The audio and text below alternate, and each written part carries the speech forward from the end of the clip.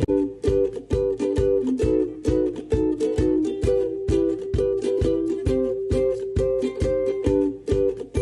everyone, today I'm going to give you guys a crash course through Adobe Premiere CS6. With this video tutorial, which is not longer than 35 minutes, you'll be able to edit any kind of projects without problems. So let's get started. Now first go to Computer. C is usually a good drive to start with a project because it is a hard drive which is not detachable, it is in the computer. I have two here, one is in the computer, the other one, as you can see, E, is a external hard drive, so I'm gonna save my stuffs in C. Now let's go into C and you will see I have a folder named Video Adaptations, and in there I have a preset called Test Project. This you guys should copy and paste.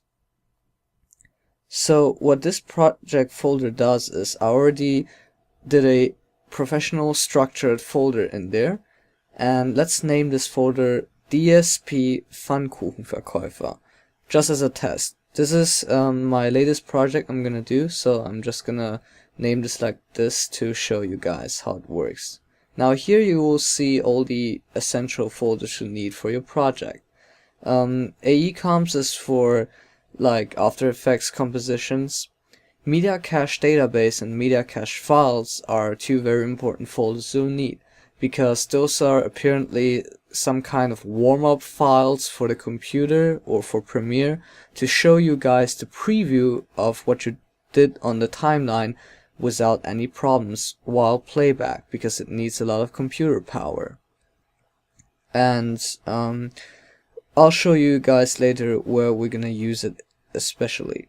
And now Pictures.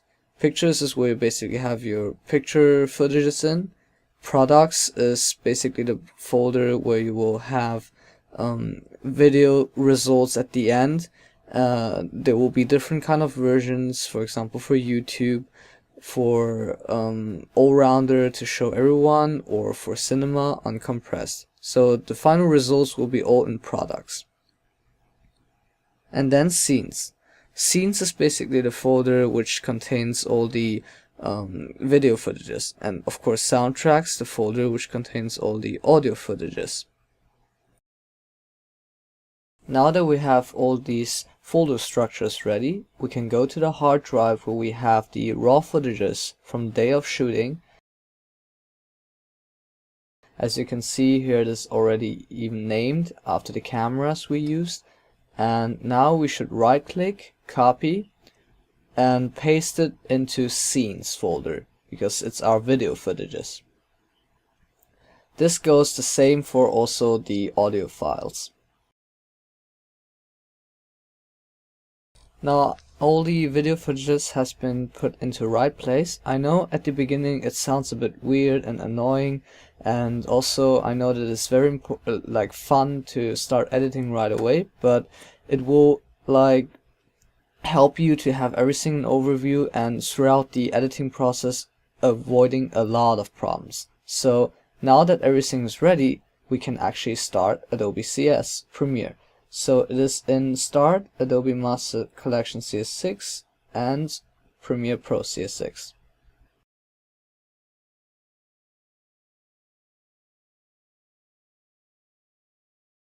Let's start the new project. Under Name, I would usually go to the main project folder and go to the path indicator, copy the path and paste it in. And then erase the part before the project name itself. And then under Location, we should also click on Browse, go again in this window on the path indicator, paste also the path from just the one before in, and press Enter. So this basically brings us very quick to the folder we have. And this is also the folder where we're gonna also save the project file. It's like a menu for all the recipes, the stuffs we use for the editing. And on the renderer, it should be also on CUDA if possible, because with graphic acceleration it can render effects faster and you will have more fun while editing. You don't need to wait to render every part in between. Now let's click on OK. Under sequence settings, usually we film nowadays with DSLR. Typically it would be 5D Mark II, 5D Mark III, and 7D. There you should usually press the 1080p 25 setting on the DSLR. And sequence name, again, like also the project name, just paste the path in it and then erase the thing from before and hit enter. So this is the default Adobe Premiere CS6 workspace. I personally don't like it because it's a bit messy, it has unnecessary windows, and it was before better. For everyone it's different, but I will show you roughly how my workspace would look like. And while I adjust the windows, I will also explain them and walk through with it with you guys. So first thing I'm going to do is put the project window to the left, because usually we have a lot of stuff and these footages will be listed up and it will be better to see them in a longer view. And now I'm going to close some unnecessary windows, and I will put the effects on the uppermost part, delete the audio mixer, and now the history I would definitely move to the project window in the same list, because when we do a mistake or some wrong steps, we can always go back to the history.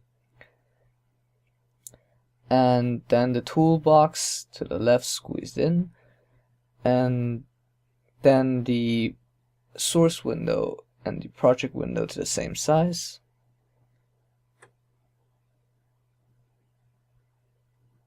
So this would be basically my kind of setup. What we have is the project window on the left side to see all the footages in one, the history,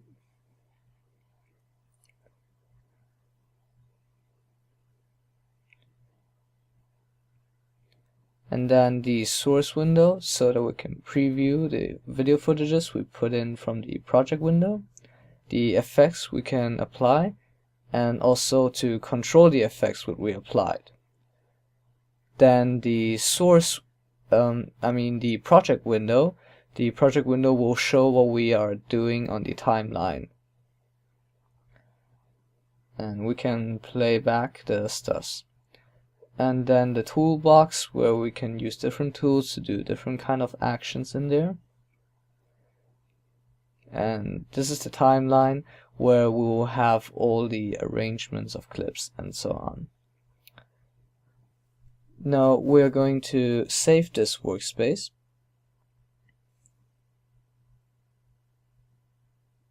Let's call it personal workspace.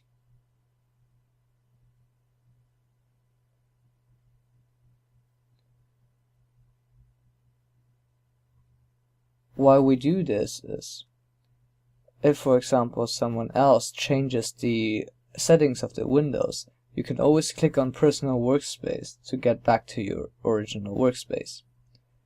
And if it doesn't work, you can, for example like this, accidentally you drag the window to the wrong position, you can not reset it by pressing on Ctrl Z or Command Z, because this is not a mistake apparently in Premiere. You can also not reverse it in history.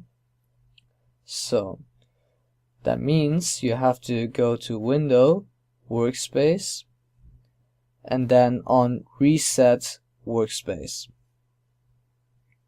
Click Yes. And now it is back again. So this is what you do if the workspace gets rearranged. Now very important is we go to Edit and click on Media, and then on Browse, because in the media, this is very important, because in media cache files we need to, like before, put in the path of the project folder and set the folders correctly. For example, in this case, media cache files. This goes the same also for media cache database. And what they usually do is these are, for example, warm-up files from Premiere, and if you like preview something, it smoothens the render so that you can look it without any problems.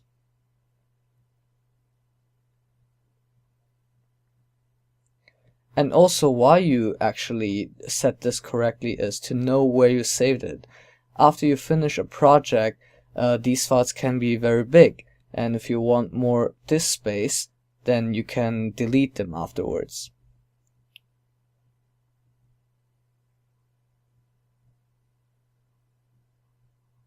Now press OK. This is basically the moment where we can start editing. So let's import the footage by going to our project folder, click on Scenes, and then drag it into the project panel.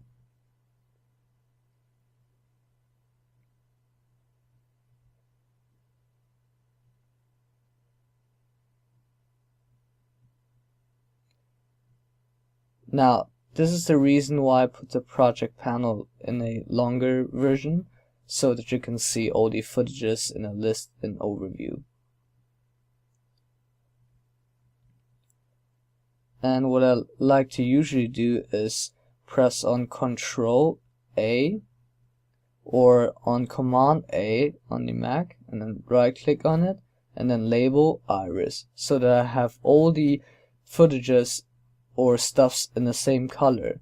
Because when I go through footages and for example, if you accidentally press double click somewhere else and not on the icon exactly, then it would import the footage instead of showing it in the source window. So what you do in the source window is you preview the footage, and if I think this is not good, then I just leave it. And if I think this one is good, then what I would do is I would label it forest, so that I can see through the colors exactly which footages I'm going to use and which not. Now we can actually start. What we're going to do is click on this footage, the sequence here, and double click on it so that we have it popped up in the timeline. Now we drag in one of the footages, and the first time when you do is it will tell you if you should change sequence settings or keep existing settings. What you want to do is, if you use a DSLR, I would press on keep existing. If not, then I would say change settings. Because what it's gonna do is it's gonna search the best setting for your raw footages, so that at the end you will also have a good final result.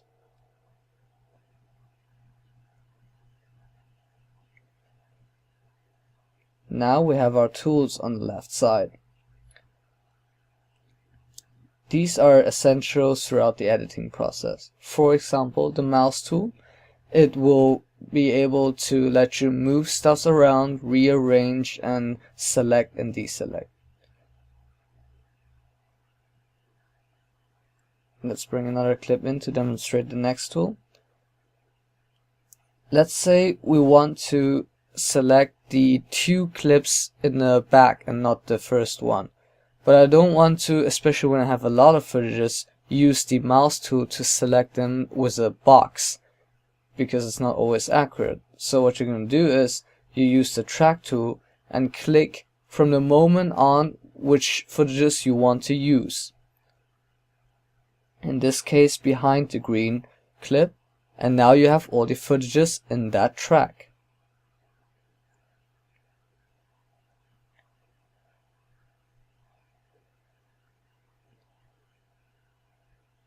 Now what you need to pay attention though is if you hold down Shift and click it, then it will select clips which are also in different tracks. Like for example this, when you click once, it will only select the clips from that point beyond just that one clip. But if you hold down Shift and click, it will have all of them.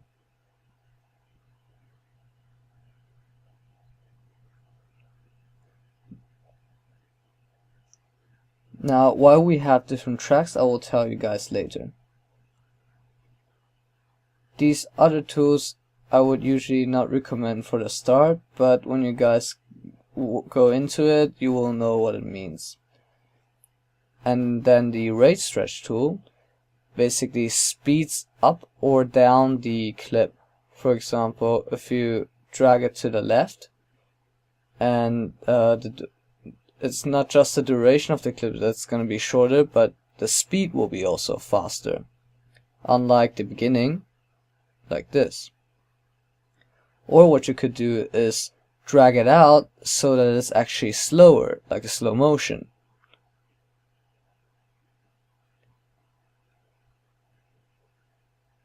So this is basically the control for the speed. And then the razor tool, which basically is the cutting tool. When you play back the clip, for example, then you think, oh, this is a good point to cut, then you click on it, and there you have your cut, and you split the clip and can move it around. Or what you can do too is you play it back and think, oh, okay, from this point on I want to use it, which we would usually call the in point, and then you move the cursor to the left and you will see that it changes into a red kind of symbol, and you can click on it and drag it till it comes to that indicator line. So now the clip basically starts from this point.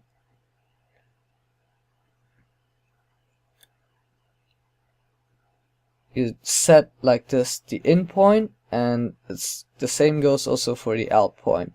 You click to the point you want, and then you move it to the right. Now, after we learned the cuts, we can use the mouse tool to move the clips in the order we like.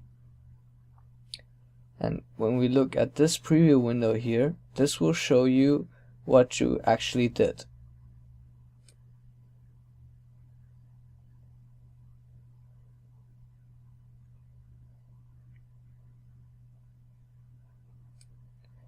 Now, some people, depending on the project, they want to add like a fade in or fade out. So usually what you can do is you go on effects and type in something like dissolve. Now there are like different kind of dissolve. Let's choose cross dissolve. We can drag it down between the two clips. This is, by the way, how we zoom in or zoom out. When we add a cross dissolve and play back, you will see the effect of two clips transition to each other smoothly. But if you want to do it professionally, what you do is you delete the cross dissolve, and you will see the triangles on each track on the left side, and it will open up and show you a advanced setting. You can see here the yellow line, which is the transparency of the clips. What we can use of it is we can do a manual fade in or fade out. We go now to the pen tool and do some points on the yellow line. Let's say this is the point where we want to maintain the opacity to 100, and then use the mouse tool to click on the second key point and drag it to the lowest. So that means from that point on, it goes from 100% opacity to 0. It makes a, as we can see now, fade to black.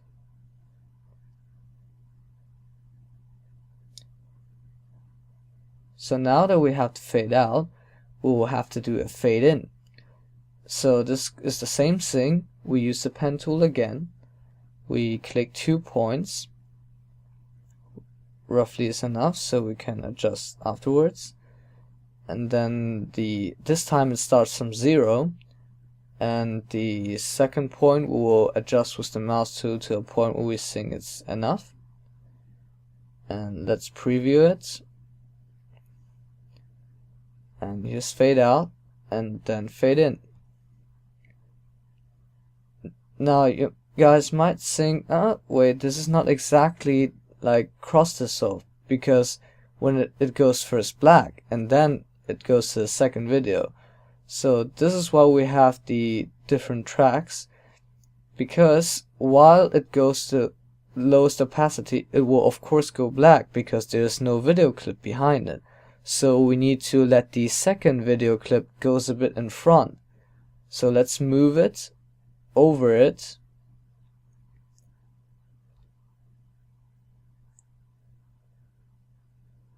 And now when it's moved in, we can preview and see there's this cross dissolve.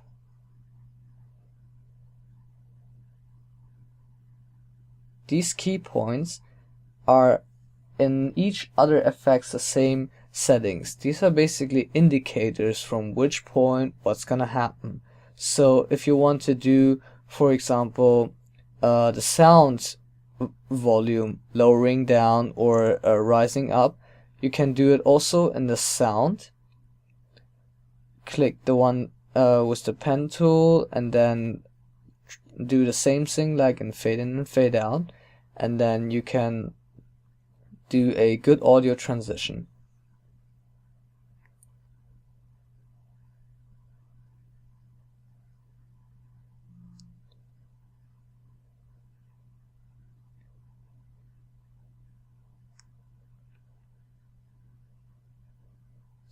So, and let's talk about the effect controls.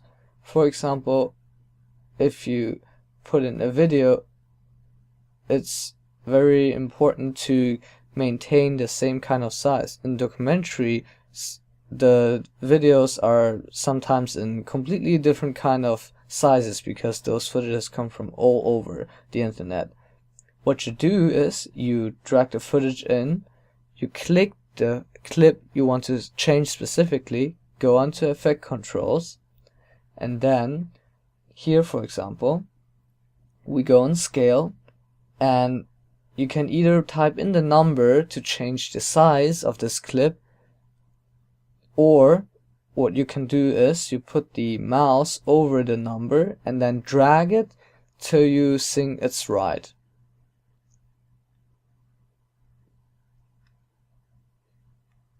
And now the image, the original image, is now fit to the same size like how the project is. Now it will also look more professional. Same things also goes for positioning. If you want to change the position of the video clip, you can move it around like that. But what is important is you have to know exactly which one you change. For example, this one is selected, so the effect control shows this one. If you want to change the other one though, you have to first click on that clip on the timeline and then go onto effect controls again to go on the motions to change.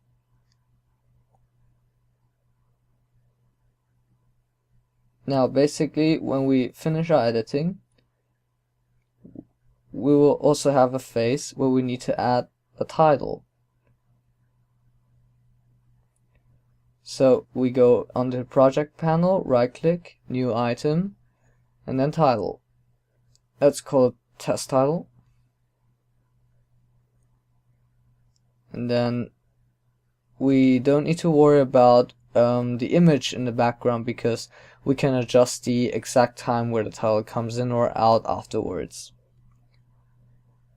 Where I just click now is also a place where just we'll type in test, and doesn't matter where it is because we're gonna now click on the mouse tool and move it to a place where we want it.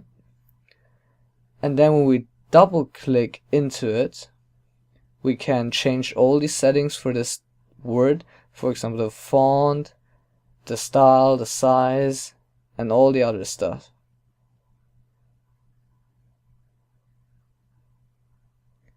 This goes also for the position. If we're finished with the adjustment of the title, we can close it and you will see it on the left side in the project panel. But when you do a new one, you can't just double click on it to change it. For each title, it needs to be an individual title icon there. So what I like to do is really sort it. We do a new folder, which is here in Premiere, a bin. We call it titles, and then we move it in. And then also I like to label it again into the same color. So right click, label iris. And now what we can do is to make it exact and visible in the project, we move it to the top track, and if we put in the lower track, as you guys can see, it won't show, but in the upper one it will, because it's the top layer. Now this tile we can move exactly to the place we want, and also change its duration and where it should be. When I now finish a project, I would usually select everything and move it to the most left side so that we erase the gaps, which are unnecessary. Then we also have to make sure that this kind of ruler looking symbol here, that the two yellow ends here are indicating the beginning and the end of our video. So for example, if it is like this, it would be wrong, because everything which will be rendered at the end will be only the stuff in between, but the stuff after that, that red line won't be visible in your project. So we need to make sure we get basically everything. Now we can export the video. We go on the sequence, which is in the click on it on the sequence in the project panel.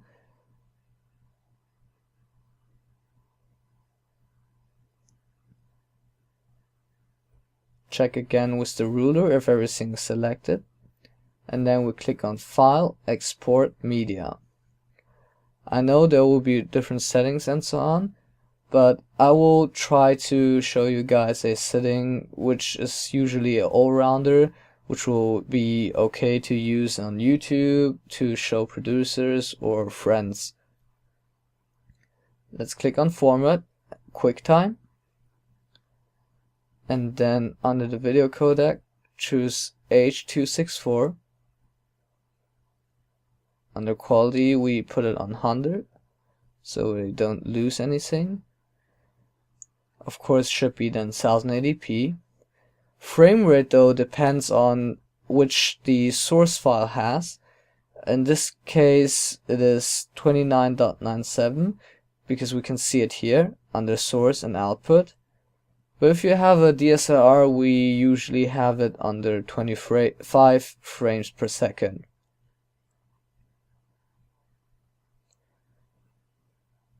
So still this case, because we use this 29.97 frames per second camcorder, so we're gonna leave it like that. And also then in field order we should use progressive, because this is digital. Under aspect ratio we choose square pixels, because we didn't use any professional anamorphic lenses. If we do, then of course select the lower selections. Then render at maximum depth, and also choose use maximum render quality and use previews. Now if you want to have a last chance to check if everything is okay, you can see it on the left side in the window. This will be basically how it's going to turn out. Now we will choose where we're going to save it. Click on the output name and then go to the folder where we have our project, and this time we're going to click into products folder, and this is going to be the place where we have all our final results. This time I would usually put after the end of our name something to name it to its preferences. For example, in this case we chose a format which is like an all-rounder, so I would call it all-rounder. But if it was for specifically YouTube, I would have called it at the end was YouTube. With that, you can then identify exactly which file is suitable for what. So let's change it back to all-rounder and save. And now we click on export.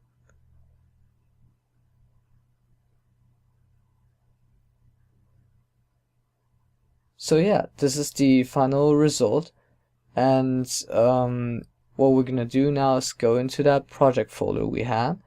In products, we will then see our rendered result. And this, I have VLC which plays basically everything, but when you're usually on Windows or Mac, you will have QuickTime Player or Windows Media Player which plays the videos back. And in QuickTime Player it won't be a problem because MOV is Apple, and our Windows Media Player should be also able to play it back. So now you have your all-rounder kind of format. This should get you started with editing with no problems at all, and hopefully you guys enjoyed it. And this, like I said, just took 30 minutes and you can start your own edit project. Thanks for watching.